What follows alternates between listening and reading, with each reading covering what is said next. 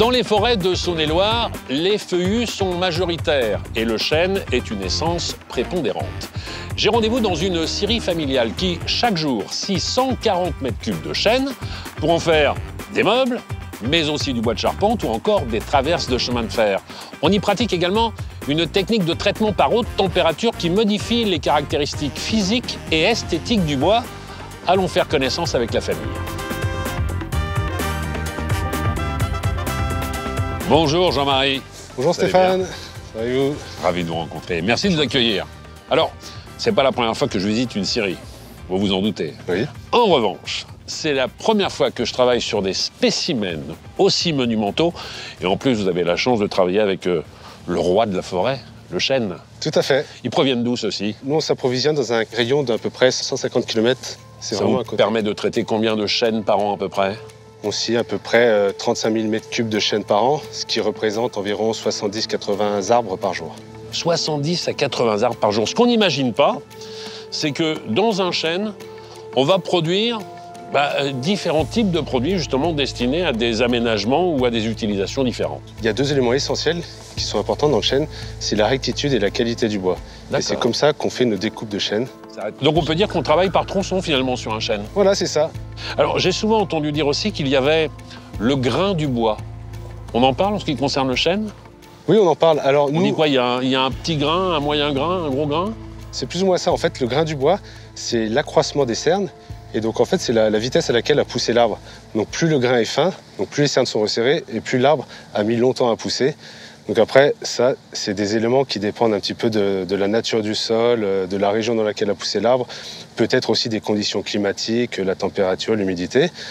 Et pour les tonneaux, par exemple, il est recherché un grain fin. L'avantage du grain fin, en fait, c'est qu'il a des propriétés énologiques particulières que je ne maîtrise pas, mais qui permet justement une respiration entre l'extérieur et le vin justement à l'intérieur du tonneau.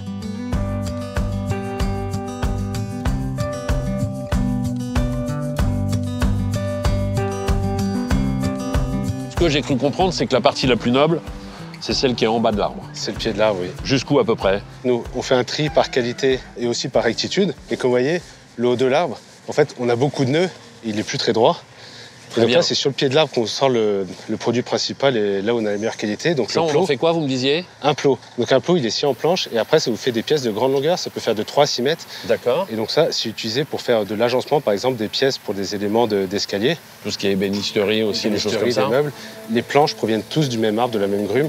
Et donc ça vous assure une certaine homogénéité sur la couleur et sur le grain du bois. Et donc c'est très recherché aussi pour les menuisiers qui font des meubles complets. Et donc après le plot, ici, on a le dépareillé. Donc en fait, c'est des pièces des planches qui vont faire de 2 à 3 mètres et qui permettent derrière de faire des portes, des pièces plus petites, quoi, de 2 mètres, 2 mètres 50 de long. Après, on a de la charpente. Donc la charpente où là, vous acceptez un peu plus de nœuds et le bois reste résistant. Et après, tout en haut de l'arbre, c'est là où on a les plus grosses branches. Et là, avec ces pièces, on fait des traverses de chemin de fer. Alors vous travaillez bien sûr le chêne, mais je le disais, l'entreprise s'est diversifiée. Et vous travaillez également d'autres essences de feuillus qui sont très recherchées pour des aménagements soit extérieurs, soit intérieurs. Et celui qui va m'en parler maintenant se prénomme Nicolas. Et il est à quelques centaines de mètres d'ici. Merci beaucoup, Jean-Marie. Merci Stéphane. Merci. À bientôt. À bientôt.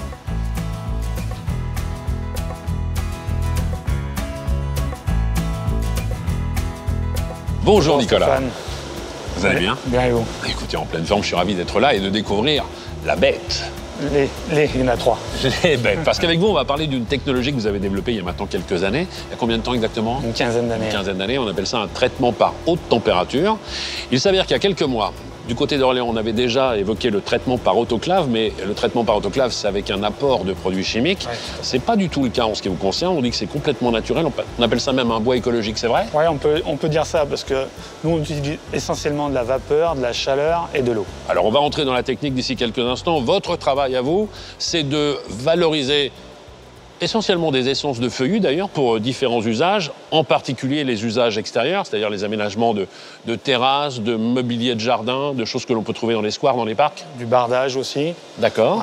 On va valoriser des bois feuillus pour les rendre durables à l'extérieur, des bois qui normalement devraient, si à l'état brut, ne pas résister au-delà d'un mois. Ouais. On les emmène à 15-20 ans de vie en forme de juste bois. Grâce à ce traitement. Tout à fait. C'est quoi exactement Le processus, c'est de saturer le bois, de retirer toute l'humidité, de faire quoi? Alors, au niveau moléculaire, on va détruire certains composés, Oui.